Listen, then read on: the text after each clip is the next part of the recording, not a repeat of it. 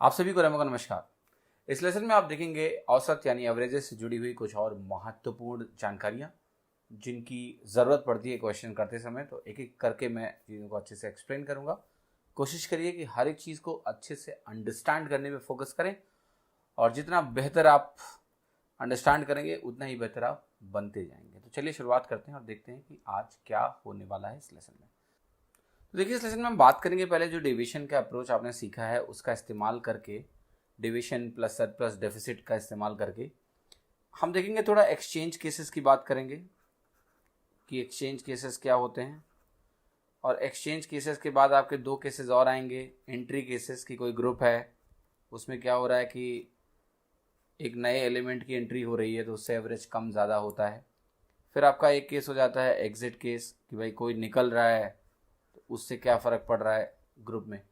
तो इन तीन केसेस पे हम लोग चर्चा करेंगे इस पर्टिकुलर लेसन में। तो चलिए एक एक करके शुरुआत करते हैं और देखते हैं कि एक्सचेंज केसेस क्या हैं। तो देखिए, एक्सचेंज केस में आपको एक चीज़ का ध्यान रखना है, क्योंकि यहाँ कोई चीज़ का एक्सचेंज हो रहा है। तो मैं यहाँ पर आपके सामने बता रहा हूँ इसकी कुछ सर्टेन एट्रीब्यूट्स हैं, वो क्या हैं। पहला तो ये कि इसमें नंबर ऑफ एलिमेंट्स चेंज नहीं होते हैं। मतलब यहाँ जब जिस एक्सचेंज की मैं बात कर रहा हूँ यहाँ पर नंबर ऑफ एलिमेंट्स सेम रहेंगे। मतलब एक ग्रुप है लेट से, अब उस पर्टिकुलर ग्रुप में कुछ लोग होंगे, है ना। लेट से 5 एलिमेंट्स हैं। तो एक्सचेंज होने के बाद चाहे आपने एक एलिमेंट का एक्सचेंज कर लिया या दो एलिमेंट का एक्सचेंज कर लिया, दो एलिमेंट को बदल दिया, एक एलिमेंट को बदल लिया, लेकिन नंबर ऑफ एलिमेंट्स नहीं बदलने वाले। नंबर ऑफ एलिमेंट्स क्या रहेंगे, सेम ही रहेंगे।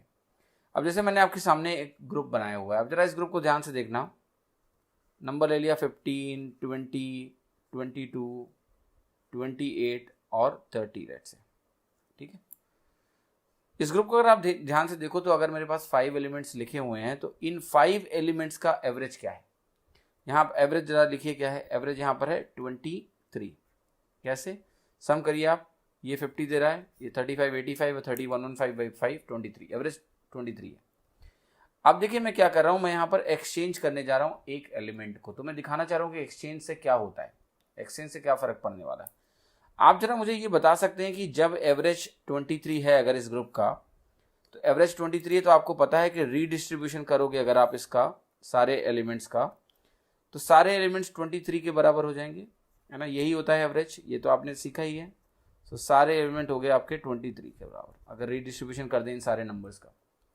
अब देखिए एक्सचेंज में हो क्या रहा है कि लेट से मैंने आपसे बोला कि एक नंबर है आपका जो कि है आपका 28, इसको आप रिप्लेस कर दो 38 से। अब देखिए नए ग्रुप की कहानी क्या होगी, 15 होगा, 20 होगा, 22 होगा, और ये 28 मान लिया 38 से रिप्लेस हो गया। तो देखिए स्टोरी क्या हुई। आप ये कहोगे कि देखिए इस ग्रुप में एक सबसे खास बात पहले क्या थी कि सारे एलिमेंट जो थे, ये आपको पता है कि 28, 23, 23 करके डिवाइडेड थे। तो अगर ये 23, 23 करके डिवाइडेड थे तो आपको मालूम है कि अब इस नंबर को जो गया 28 चला गया, 38 आ गया, तो इसको क्या बोलेंगे हम, इसको हम बोलेंगे कि हमारे ग्रुप में अब 10 का सरप्लस आ गया है। क्यों, पहले तो नेट डिवीजन 0 था 23 के रेस्पेक्ट में, अगर 23 एवरेज था तो, लेकिन अब जब 28 38 से रिप्लेस हो गया तो ग्रुप में 10 एक्स्ट्रा हुआ कि नहीं हुआ। यस, पहले नेट डिवीजन 0 था लेकिन अब तो 10 एक्स्ट्रा सरप्लस हो गया ना 38 के आने से। तो वो जो सरप्लस है अब आपको इक्वली डिवाइड करना पड़ेगा, क्योंकि 5 एलिमेंट्स हैं और 10 का सरप्लस है तो सबको +2 एक्स्ट्रा मिल जाएगा। तो हर एक 23 जो है अब क्या हो जाएगा, 25 हो जाएगा। ये बहुत इंपॉर्टेंट है अंडरस्टैंड करना।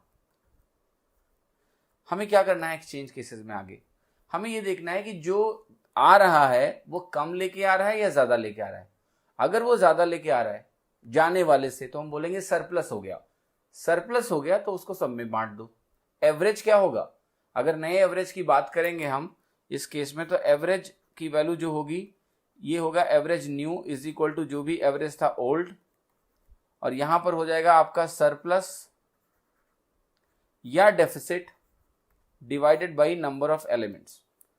और यहां पर मैं प्लस लिख रहा हूं क्योंकि सरप्लस होगा तो आप प्लस साइन के साथ लिख देना, डेफिसिट होगा तो माइनस के साथ लिख देना, तो वो सब्ट्रैक्ट हो जाएगा। पर आपको एक फॉर्मूला नहीं रटना है, आपको बस यही सोचना है कि नंबर ऑफ एलिमेंट्स तो बदल नहीं रहे हैं, सिर्फ और सिर्फ क्या हो रहा है कि एवरेज पे चेंज कौन लाएगा, सरप्लस या डेफिसिट।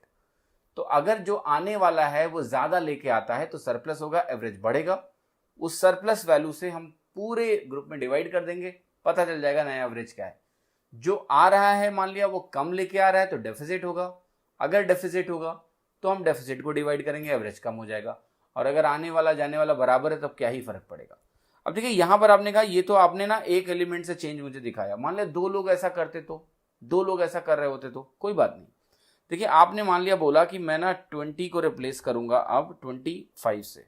देखो ध्यान से, 20 को अगर आपने यहाँ 25 से रिप्लेस किया तो आप कहोगे कि यहाँ पर एक सरप्लस तो 38 होके दे रहा है +10, और एक 20 अगर 25 हो रहा है ना तो इससे भी +5 का सरप्लस आ रहा है।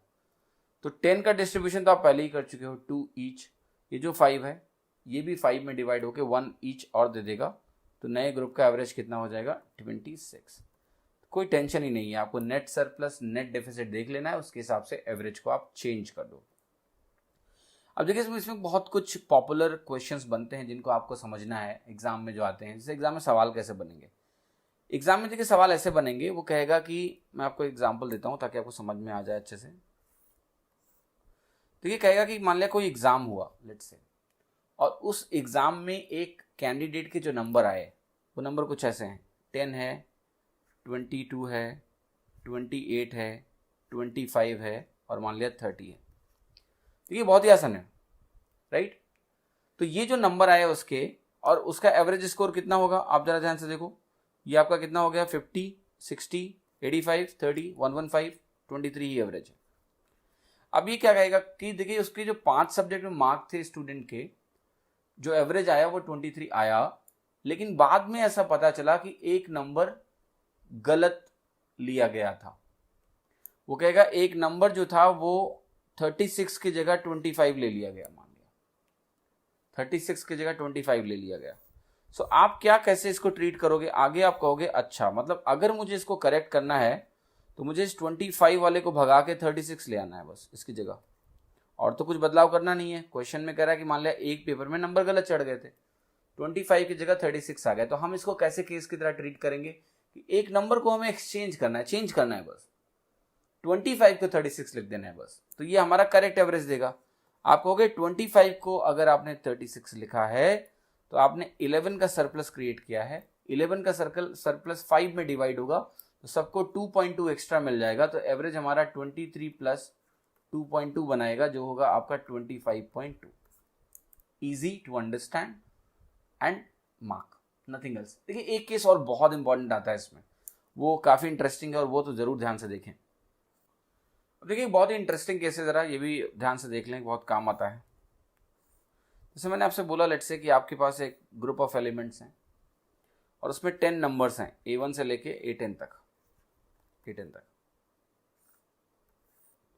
तो वो क्या कह रहा है कि इसमें से हो क्या रहा है कि जो इनका एवरेज है लेट्स से वो एवरेज है मान लिया 20 दिया हुआ है, ये ग्रुप है 10 एलिमेंट्स हैं उसमें, उसका एवरेज 20 है।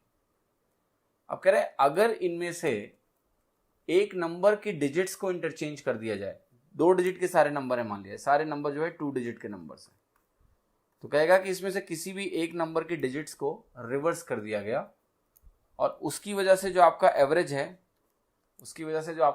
है वो 3.6 से इंक्रीज कर गया, 3.6 से इंक्रीज कर गया।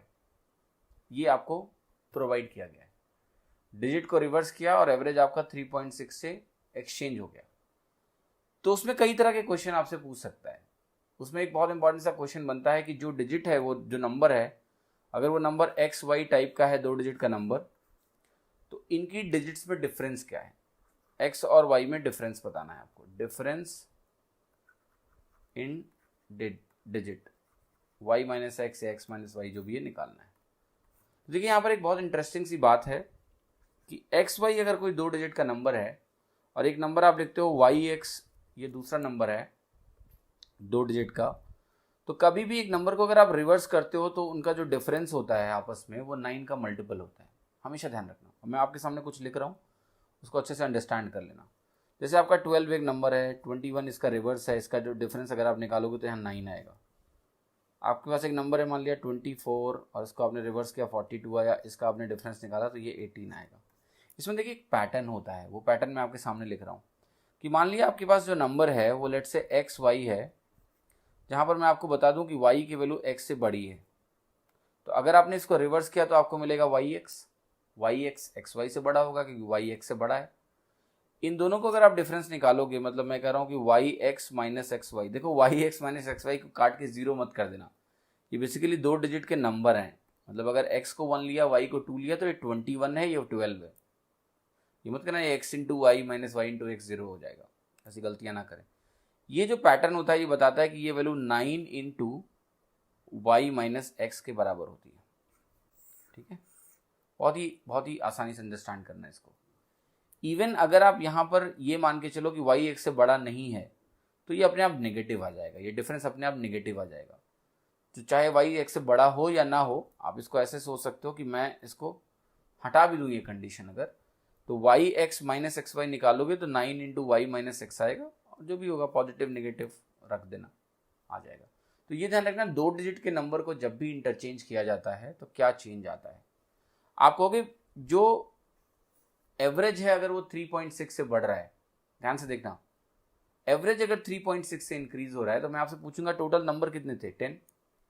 एवरेज इंक्रीज हुआ तो सरप्लस हुआ, मैं पूछूंगा सरप्लस कितने का हुआ, आप कहोगे 36 का हुआ होगा, क्योंकि सरप्लस अगर 36 का नहीं होगा तो एवरेज 3.6 से नहीं बढ़ेगा। 10 नंबर से ना 36 का सरप्लस चाहिए आपको। अब आपसे एक और सवाल मैं पूछूंगा कि 36 का सरप्लस कैसे मिल सकता है एक नंबर की डिजिट को इंटरचेंज करने से। आप कहोगे वो नंबर फिर एक्स वाई होना चाहिए, जिसमें वाई एक्स से बड़ा होना चाहिए, ताकि रिवर्स अगर करें तो नंबर बड़ा मिले, सरप्लस क्रिएट हो। साथ ही साथ y माइनस एक्स का डिफरेंस 4 के बराबर होना चाहिए, तभी मुझे 4 इंटू 9, देखो 4 इंटू 9 36 मिलेगा, और तभी मुझे 3.6 का एवरेज इंक्रीज मिलेगा। तो ये बहुत इंटरेस्टिंग सा क्वेश्चन है जो पूछा जाता है कि डिफरेंस इन डिजिट्स कितनी है, 4 है यहाँ पर। तो जितने भी रिप्लेसमेंट के क्वेश्चन है, कई बार आएगा कि एक नंबर को मिस टाइप करके ये लिख दिया, दूसरे नंबर को मिस टाइप करके ये लिख दिया, कर देना, कोई दिक्कत नहीं है, हमें पता है। जैसे मैं आपको एक छोटा सा एग्जांपल दिखाता हूँ। मैं आपसे अगर बोलूँ कि देखो हमारे पास ग्रुप ऑफ नंबर्स हैं, लेट्स से 10 नंबर्स हैं, ठीक है। तो 10 नंबर्स अगर मुझे प्रोवाइडेड हैं, और आपको ये बता दूँ कि जो ऑब्जर्वेशन किया गया, रॉन्ग ऑब्जर्वेशन किया गया एक, जिसमें मेरा एवरेज कैलकुलेट होके मान लिया आया 36, उसमें 2 नंबर्स मैं लिख रहा हूँ, एक नंबर है 58 और एक नंबर है 23। ये जो 2 नंबर आपने लिखे हैं 58 और 23, ये गलत आपने टाइप कर लिए, ठीक है। बाकी नंबर्स आपने सही किए 10 नंबरों में, लेकिन ये 2 नंबर आपने गलत टाइप कर दिए। और गलत टाइप करने का आपका पैटर्न क्या था कि आपने इन नंबर्स को रिवर्स लिखा, मतलब डिजिट पलट करके लिख दिया है। तो आप कहोगे एक्सचेंज केस बनाऊं, बना लो, कैसे बनेगा। और मैं नया एवरेज पूछ रहा हूँ आपसे कि जो करेक्ट एवरेज होना चाहिए वो कितना होना चाहिए। आप कहोगे एक्सचेंज केस है, करेक्ट करेंगे, रॉन्ग जो डेटा है उसको करेक्ट करेंगे। तो आप कहोगे ये 58 जो है ये एक्चुअली में 85 रहा होगा, और उल्टा करके मैंने इसको 58 लिखा। 23 है जो ये वाकई में 32 रहा होगा, इसको उल्टा करके मैंने 23 लिखा। अब देखो दोनों केसेस में आपको मालूम है इसकी वजह से कितना सरप्लस आएगा, सब्ट्रैक्ट मत करना। आपको पता है कि डिजिट रिवर्स हो रही है। 5 8 8 माइनस 5 कितना हुआ 3, 3 इंटू 9 कितना हुआ 27, यहाँ से आया प्लस 27, यहाँ से कितना आया प्लस 27, ठीक। सब्ट्रैक्ट मत करना, ये देख के बता सकते हो ना आप। 8 माइनस 5 3, 3 इंटू 9 27, 23 है। 3 माइनस 2 कितना हुआ 1, 1 इंटू 9 9 हुआ, यानी ये चेंज हुआ आपका 9। अब रॉन्ग से करेक्ट में जाने में आप कहोगे कि जो एवरेज है वो प्लस 36, टोटल वैल्यू चेंज हो रही है, यानी सरप्लस 36 का क्रिएट हो रहा है। 36 का सरप्लस का मतलब 36/10 चेंज होगा, वो एवरेज में होगा, जो कि आपका हो गया 3.6। तो यहाँ पर एवरेज क्या होगा, अगर यहाँ 36 था तो ये 39.6 एवरेज यहाँ हो जाएगा बढ़ा हुआ, राइट। समझना चाहिए आपको, कोई गलती नहीं होनी चाहिए। एक और एग्जांपल देता हूँ इसी केस में। लेट्स से मैं कहता हूँ कि मेरे पास ग्रुप ऑफ ऑब्जर्वेशंस हैं, और वो ग्रुप ऑफ ऑब्जर्वेशन मान लेते हैं इस बार कि 20 है।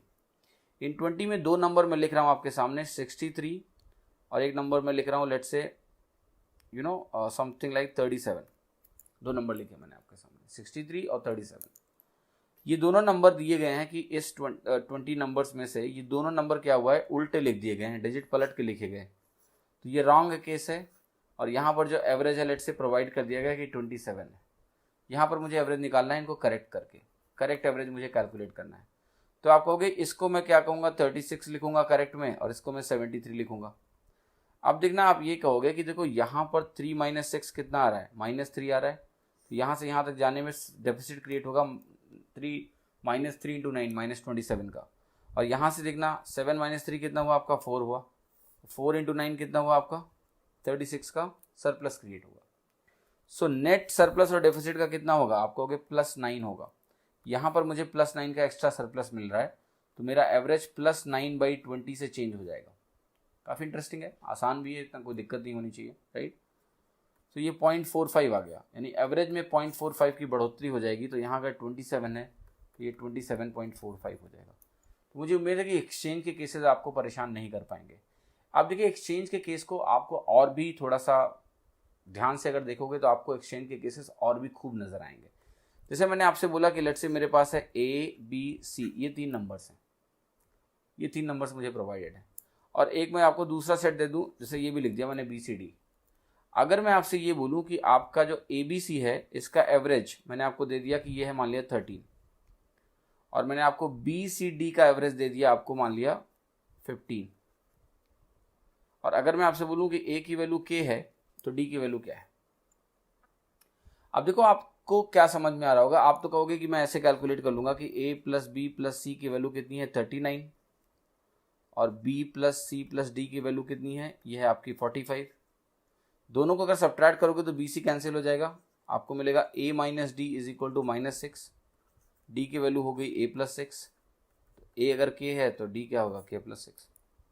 आप ऐसे कैलकुलेट करोगे, पर मैं चाहता हूं कि आप इस डेटा को इस तरीके से भी देखें कि एक सेट है आपके पास ABC जिसका एवरेज कितना है आपका 15, एक सेट आपका क्या है BCD जिसका एवरेज कितना है आपका 15, ABC का 13 है सॉरी, BCD का आपको दिया है 15। इन दोनों सेट्स को अगर आप ध्यान से देखते हो तो देखो मैं इसको कैसे परसीव करूंगा, मैं इसको एक्सचेंज केस की तरह देख सकता हूं कि देखो A क्या है चला गया और D क्या है आ गया। देखो नंबर ऑफ एलिमेंट्स 3 ही 3 है, BC दोनों में कॉमन है, A चला गया और D आ गया, इसकी वजह से एवरेज क्या हुआ +2 बढ़ गया। अगर एवरेज +2 बढ़ गया एक्सचेंज केस से, नंबर ऑफ एलिमेंट सेम है, तो आपको पता है D एक्स्ट्रा लेके आया होगा कितना +2 सबके लिए, क्योंकि पूरे ग्रुप का एवरेज 2 से बढ़ रहा है, तो +6 एक्स्ट्रा लेके आया होगा D किसके कंपैरिजन में, A के कंपैरिजन में। तो आप यहाँ पर कहोगे कि D माइनस A की वैल्यू जो है +6 के बराबर होगी। आप इसको डायरेक्टली लिख पाए एक्सचेंज केस समझ के, तो हमेशा ध्यान रखिएगा कि आंखें खोली रखिए कि जो मैथमेटिकल एक्सप्रेशंस होते हैं उसमें भी कई बार एक्सचेंज केसेस होते हैं। तो अगर आप अलर्ट हैं तो आप आसानी से इन क्वेश्चंस को ऐसे ही ओरली कर पाएंगे कि अच्छा एवरेज +2 से बढ़ गया, 3 एलिमेंट है यानी +6 बढ़ा होगा, यानी जो आया है वो 6 ज़्यादा लेके आया होगा, तो D की वैल्यू A +6 आसानी से निकल गई। एक्सचेंज केस के क्वेश्चन आपको कभी परेशान नहीं करेंगे। एक और एग्जांपल देता हूँ, कुछ इस तरह के सवाल होते हैं, जैसे बोला गया कि वीक है, तो उस वीक में उन्होंने बोल दिया कि मान लिया फर्स्ट 6 डेज और लास्ट 6 डेज, तो आप कहोगे Monday, Tuesday, Wednesday, Thursday, Friday, Saturday और संडे, ये 6 दिन हुए, 7 दिन हुए। फर्स्ट 6 डेज ये होंगे आपके, लास्ट 6 डेज वीक में क्या होंगे ये होंगे, अगर मंडे से शुरू कर रहे हैं हम। तो अब यहाँ पर दोनों केसेस को अगर मैं कंपेयर करूँ, इसको मैं बोलूँगा 1 और इसको मैं बोलूँगा 2, इनके एवरेजेस दिए होंगे आपको। मैं इन दोनों केसेस को कैसे देखेंगे कि केस 1 से केस 2 में क्या हुआ है, मंडे गया है और संडे आया है। केस 2 में भी सारे डेज हैं, Thursday, Tuesday, Wednesday, Thursday, Friday, Saturday, Sunday extra है और मंडे चला गया है। तो मैं इसको एक्सचेंज केस की तरह ट्रीट कर सकता हूं कि मंडे गया और संडे आया। अब लेट से आपने कहा कि यहां एवरेज जो है टेम्परेचर लेट से 37 डिग्री सेंटीग्रेड है और यहां एवरेज टेम्परेचर आपका 39 डिग्री सेंटीग्रेड है, ये आपको प्रोवाइडेड है।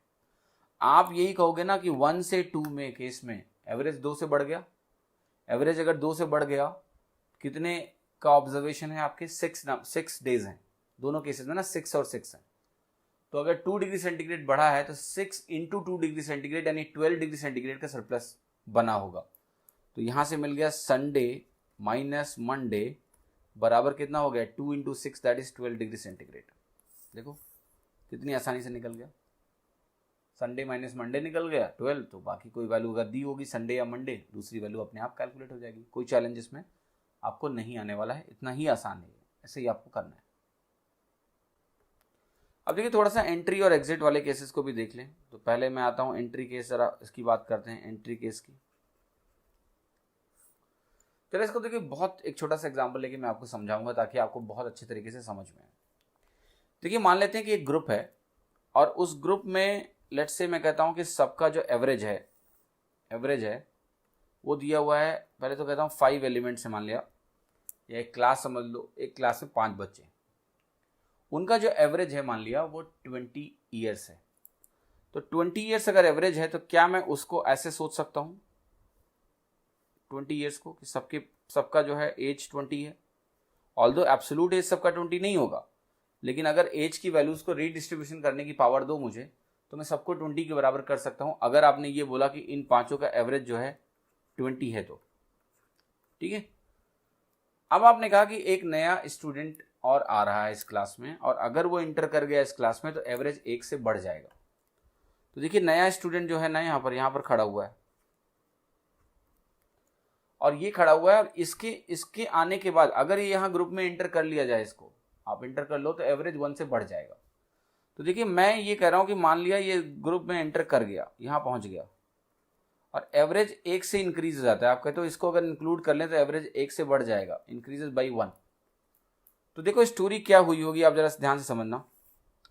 ये जो स्टोरी है अगर इसको हम इंक्लूड कर लें और एवरेज 21 हो जाता है, तो उस समय की स्टोरी क्या होगी, सबके पास 21 होना चाहिए। अगर एवरेज 21 हुआ, इसको इंक्लूड करने के बाद सबके पास रीडिस्ट्रीब्यूशन के बाद 21 हो जाना चाहिए। तो अब मुझे जरा ये बताओ कि ये कितना लेके आया होगा। आप कहोगे कि पहली बात तो इसके पास इन सभी को एक एक एक्स्ट्रा देने के लिए होना चाहिए। इनके पास तो 20 ही है, उनको 21 बनाना है। तो उनके पास अगर 20 है और उनको हम 21 बनाना चाहते हैं तो सबको एक एक देना पड़ेगा। तो 5 एलिमेंट्स थे, उनको 1 देने के लिए इसको 5 तो ये चाहिए, और इतना करने के बाद इसके पास 21 खुद भी बचा होना चाहिए, तभी पूरे ग्रुप का एवरेज 1 बढ़ा हुआ मिलेगा। सबके पास 21 होंगे तो then he should have his own 21। तो इसको आना पड़ेगा कितना लेके, 26 लेके। यानी जो नए एंट्री की बात कर रहा था, जो बंदा नया एंटर कर रहा है, ही मस्ट कम विथ 26। जब वो 26 से आएगा तो बाकी पांचों को एक एक दे देगा, उनके सबके पास 21 हो जाएंगे। तब उसके पास देने के बाद खुद का 21 भी होना चाहिए, ताकि इस पूरे ग्रुप का एवरेज 21 यानी 1 बढ़ जाए। एक और एग्जांपल देते हैं ताकि आपको और बेहतर समझ में आए। मान लिया मैंने कहा कि एक क्लास है और उस क्लास में वही एवरेज एज जो है आपकी वो लेट से दी हुई है 9 मेंबर्स हैं, और 9 मेंबर्स की जो एवरेज एज है लेट से वो दी हुई है 10.5 ईयर्स। तो इसको आप कैसे परसीव करोगे कि सबके पास 10.5 है, 4 हो गया, 1 2 3 4, यहाँ 5 बना दो, ये 10.5 हो गया। देखो सबके 9 मैंने यहाँ बना दिए। अब आप करो एक नए मेंबर की एंट्री होती है और उससे क्या होता है कि एवरेज जो होता है 0.5 से बढ़ेगा सबका। इस नए मेंबर की एंट्री के बाद पहले तो सबका 10.5 था एवरेज, सारी वैल्यूज लिखी हुई है ना 10.5 के बराबर, क्लियर। तो आप कहोगे अगर एवरेज 0.5 से बढ़ना है तो ये जो नया वाला मेंबर है ये पहले तो इन सबको देना पड़ेगा, क्योंकि नए केस में जो डिस्ट्रीब्यूशन होगा उसमें सबके पास क्या होना चाहिए, 0 पॉइंट बढ़ी हुई वैल्यू होनी चाहिए, यानी सबके पास 11 होना चाहिए। तो आप ध्यान से देखो, अगर उस केस में मैं डिस्ट्रीब्यूशन की बात करूं 1 2 3 4 5 6 7 8 9 हो गया, सबके पास 11 होना चाहिए। अगर इसको इंक्लूड करके पूरे ग्रुप में जो एवरेज है वो मान लेते हैं कितना हो गया आपका, 11 हो गया। तो अब देखो इसमें इसके पास कितना था, फिर इसके पास देखो 11 तो बाकी बचा, और साथ ही साथ उसने सबको 0.5 दिया, क्योंकि ये जो लोग थे इनके पास 10.5 ही था, एवरेज 11 करने के लिए इनको 0.5 सबको चाहिए। तो इसने 9 लोगों को तो एक तो 0.5 दिया, ये हो गया 4.5, प्लस खुद का है इसके पास 11 बाकी।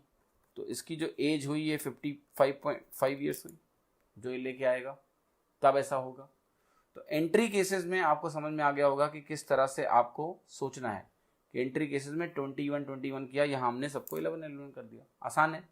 अब यहाँ पर एंट्री केस में एवरेज बढ़ रहा था, अगर आपको एंट्री केस में ही एवरेज कम करना होता तो आप क्या करते, राइट?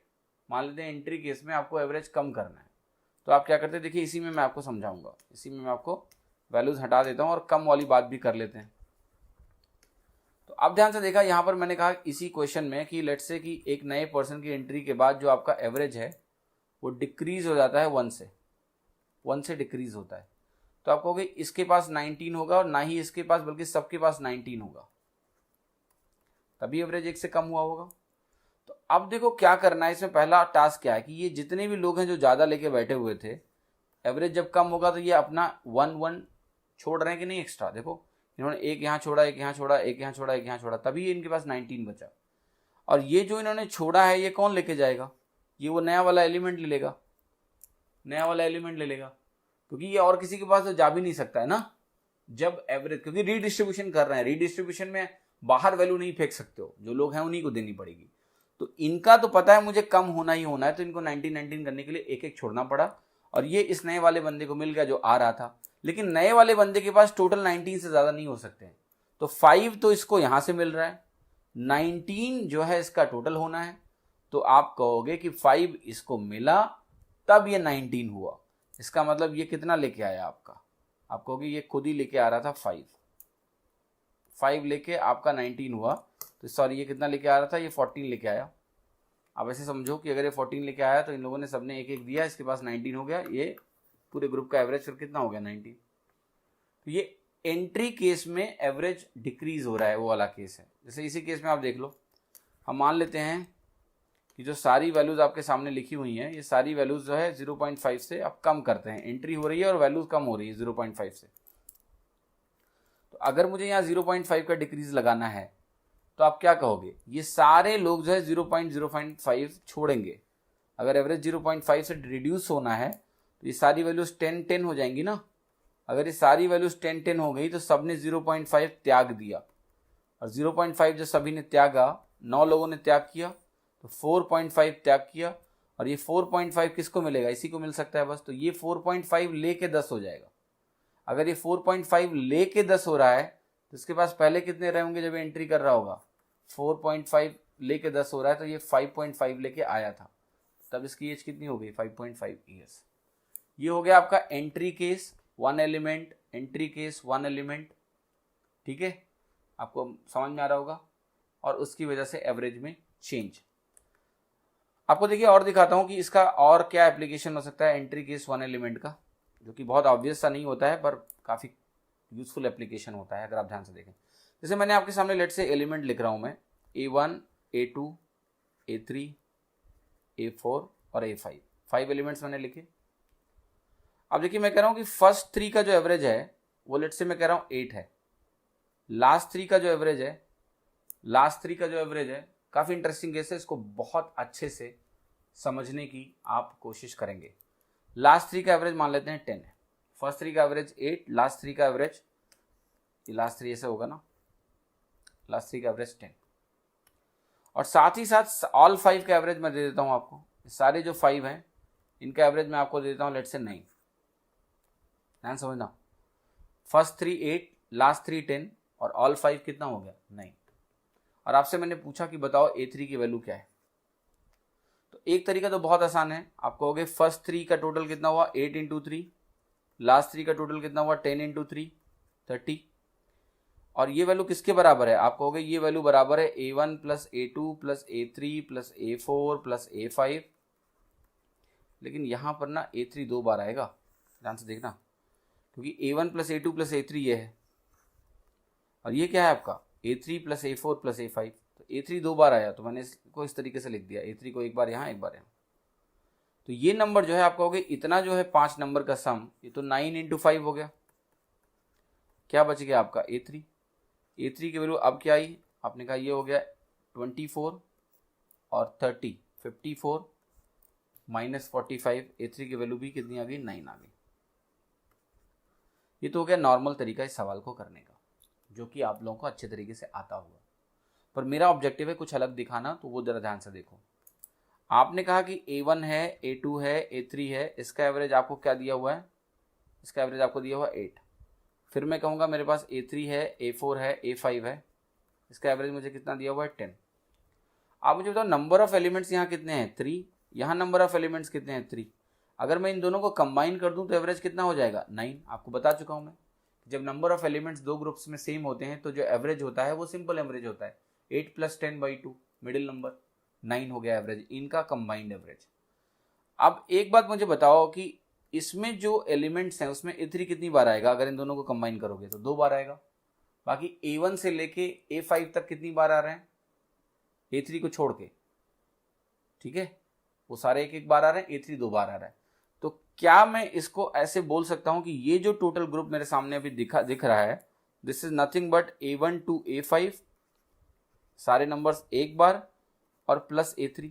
आप कहोगे ओके कोई दिक्कत नहीं है, क्वेश्चन में दिया हुआ था कि इसका एवरेज 9 है, प्रोवाइडेड था, और इस पूरे इंटायर ग्रुप का एवरेज मैंने अभी आपको बताया कि अगर इन दोनों को कंबाइन कर लो जिसमें A3 2 बार आएगा, इसका एवरेज कितना है आपका, मैंने आपको अभी कैलकुलेट कराया, सॉरी इसका एवरेज आपको प्रोवाइडेड था, यस 9 ही प्रोवाइडेड था, और इसका एवरेज आपको पूरा भी 9 प्रोवाइडेड है।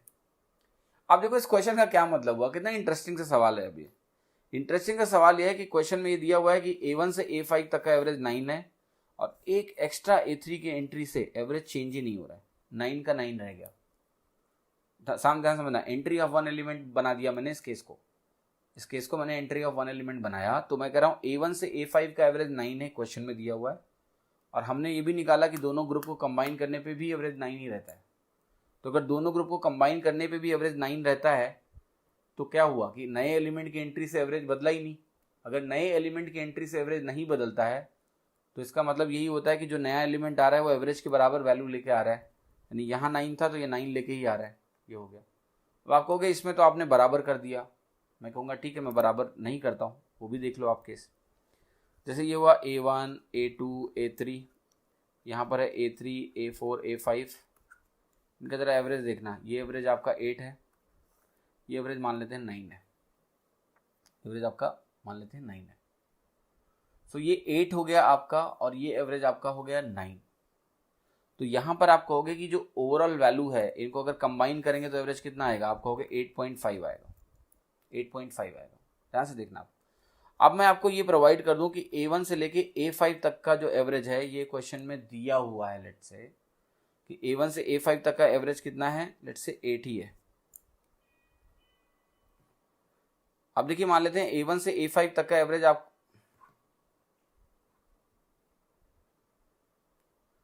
तो देखिए मान लेते हैं कि A1 से A5 तक का एवरेज दिया हुआ है और वो एवरेज कितना है, वो 8 ही है। अब आप कैसे कैलकुलेट करोगे, आप कहोगे इन दोनों का जो कंबाइंड एवरेज है ना वो 8.5 है। इन दोनों को ग्रुप को कंबाइन करके मैं कैसे देख सकता हूं कि इसमें A1 से A5 तक के सारे एलिमेंट हैं और A3 2 बार है, ये तो है A3 आपका 2 बार काउंट हो रहा है। तो मैं ऐसे कहूंगा कि 8 एवरेज था A1 से A5 तक का, एक एक्स्ट्रा एलिमेंट A3 आया तो एवरेज 0.5 बढ़ गया। अब एक एलिमेंट की एंट्री से अगर एवरेज 0.5 बढ़ रहा है तो A3 की वैल्यू क्या है, आप कहोगे A3 के पास खुद का 8.5 होना चाहिए, साथ ही साथ इसके पास इन पांचों को 0.5 देने के लिए होना चाहिए। तो ये वैल्यू कितनी हो गई आपकी 11, A3 की वैल्यू कितनी हो गई 11। तो कितनी इंटरेस्टिंग है कि आप एक कॉम्प्लेक्स केस को जो आप शायद समझते नहीं हो, मैथमेटिकली लिख के रट के सॉल्व करते हो, आपके लिए मीनिंगफुल हो रहा है, और मीनिंगफुल होने के साथ आप इसको एक known case entry of one element में कन्वर्ट कर पा रहे हो। दैट्स प्रीटी इंटरेस्टिंग ना, वेरी इंटरेस्टिंग, राइट। तो उम्मीद करता हूँ आपको ये entry of one element case काफ़ी पसंद आया होगा। देखिए चला एग्जिट केस को समझते हैं कि जैसे कोई एक ग्रुप है, उस ग्रुप से कोई निकल के भाग रहा है, ठीक है, तो उसका क्या होगा। तो देखिए ग्रुप से निकल के भाग रहा है तो कैसे होगा, जैसे मैंने कहा कि ये ग्रुप है, उस ग्रुप में हम मान लेते हैं कि देयर आर 6 एलिमेंट्स, है ना, 1 2 3 4 5 6 एलिमेंट्स हैं। इनका एवरेज लगा लो कि मान लिया 20 है, दिया हुआ है, तो एवरेज 20 है, तो डिस्ट्रीब्यूशन के बाद ये कुछ ऐसा दिखेगा 20 20 20 20 20। अब लेट्स से मैं क्या कह रहा हूँ कि ये एलिमेंट जाना चाहता है बाहर, और इसके जाने के बाद जो एवरेज होगा ना, पहली बात तो नंबर ऑफ एलिमेंट्स कितने बचेंगे, आपके पास नंबर ऑफ एलिमेंट बचेंगे 1 2 3 4 5, और ये एलिमेंट चला गया, यहाँ से निकल गया, तो ये एलिमेंट कितना लेके जाए कि यहाँ एवरेज जो है 1 से रिड्यूस हो जाए या इंक्रीज हो जाए। बहुत सारी स्टोरी है। तो देखिए पहला तो आपको चीज़ सोचना है कि अगर कोई जा रहा है और एवरेज कम हो रहा है तो मतलब वो ज़्यादा लेके चला गया, एवरेज से ज़्यादा लेके चला गया, दूसरे का हिस्सा लेके चला गया वो कुछ।